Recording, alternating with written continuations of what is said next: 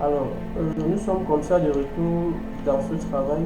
Euh, Rappelons que nous sommes comme ça à la deuxième partie. Nous allons continuer avec l'illustration de notre logo et profiter en même temps pour finaliser avec la mise en forme. Déjà pour commencer, nous allons sélectionner tout notre croquis.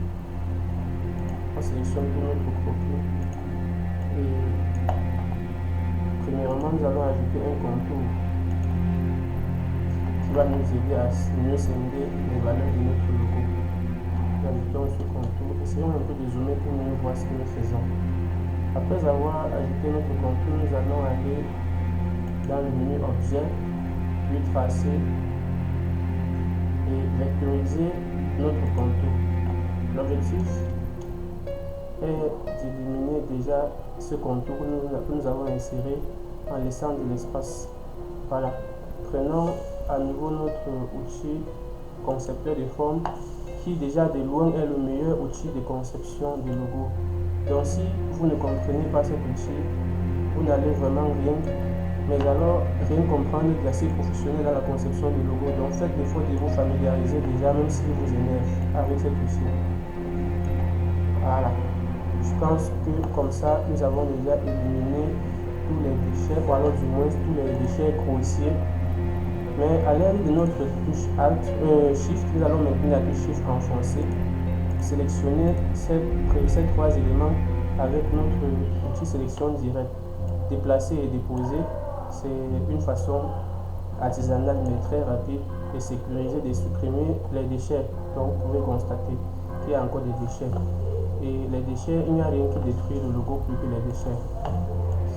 Ramenons donc nos éléments, les ramenons toujours ici au centre et essayons comme ça.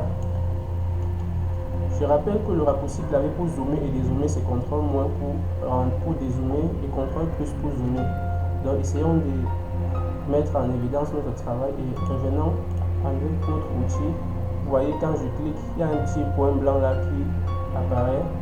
Je vais cliquer sur ce petit point, cliquer une deuxième fois pour essayer de ramener à l'intérieur, pour arrondir ou alors adoucir les angles. Je n'ai pas besoin de quelque chose de très brut. Ici, nous allons faire pareil. Nous allons ramener un peu bien à l'intérieur. En haut, pareil également. Ici, on est bien calé. Même chose pour ses voisins ou alors ses confrères. Je voudrais qu'un sommet soit légèrement court par rapport à l'autre pour créer un peu de dynamisme dans notre logo. Donc, montons un peu et n'oublions pas l'angle intérieur. Pareil ici, je vais commencer par l'intérieur comme avec le premier. À vous de choisir par où commencer. Voilà, comme tout à l'heure, je laisse légèrement l'une des pattes plus longues. Et ici, exactement pareil.